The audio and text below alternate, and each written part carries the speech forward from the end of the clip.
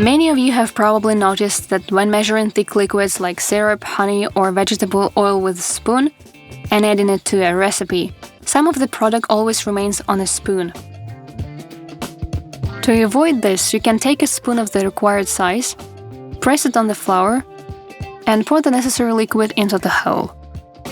To prevent the string of a tea bag from falling into the cup while steeping, you can fasten it with a regular paper clip. If you've lost a bread clip, you can use a regular office paper clip to close the bag. You can also use a paper clip to easily remove seeds from watermelon or cherries without damaging the flesh.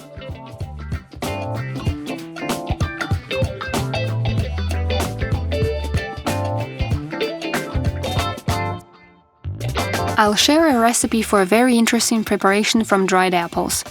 Take dried apples, place them on a baking sheet and put them in an oven preheated to 350 degrees Fahrenheit for 15-20 minutes. After cooling, the apples will become crispy.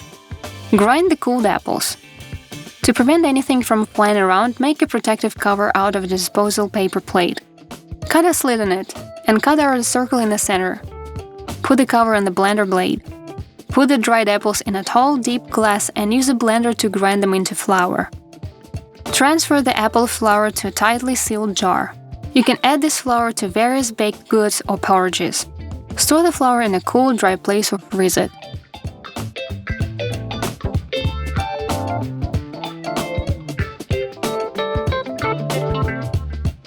I recommend keeping sliced bread in the freezer.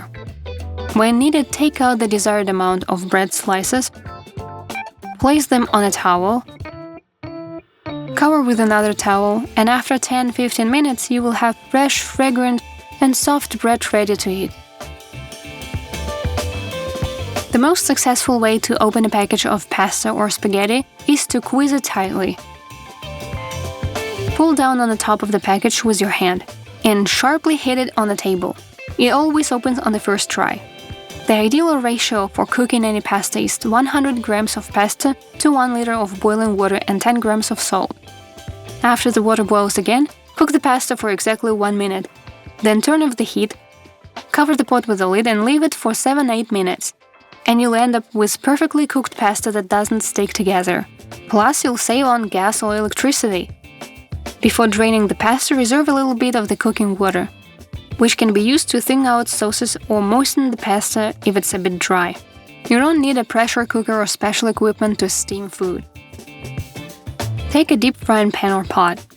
Place a small dish upside down on the bottom and put a plate of the appropriate size on top of it. Place whatever you are cooking on a plate, such as eggplant. Clean and lightly salt the eggplant beforehand. Pour water into the pan and turn on the heat. Cover the pan with a lid. After it boils, lower the heat slightly and steam the eggplant for 12-15 minutes. The eggplant will be soft and have a wonderful oily texture. To cut a whole onion at once, when peeling the onion, cut off the top but leave the bottom where the roots are. Make cuts from the top-bottom all around the perimeter, then slice crosswise. You'll end up with small pieces right away. Heat a little olive oil in a frying pan, add crushed garlic and finely chopped onion, sauté the vegetables until golden brown. In a tall, deep glass, place the steamed eggplant and sautéed vegetables. Add 5-6 leaves of green basil, fresh or dried, and any soft cheese.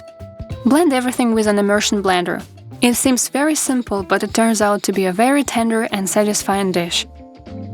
Now I'll show you another interesting way to cook pasta so that it doesn't stick together.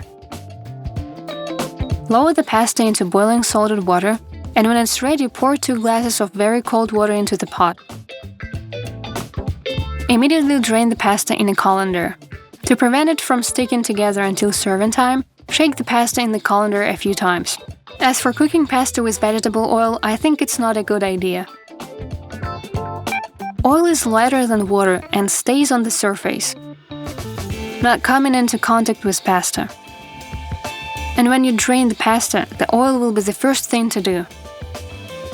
It's better to add vegetable oil to the cooked pasta so it won't stick together.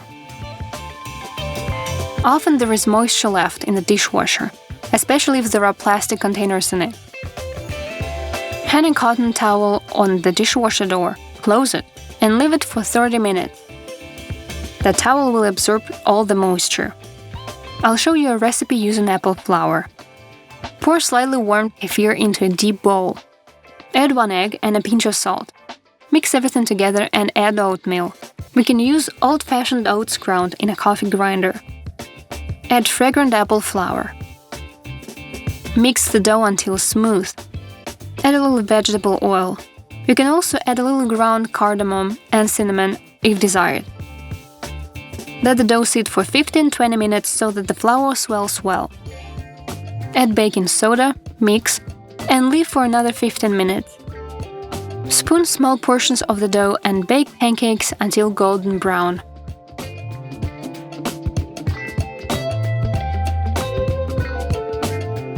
You can add apple flour to any cookies, cakes, and various pastries.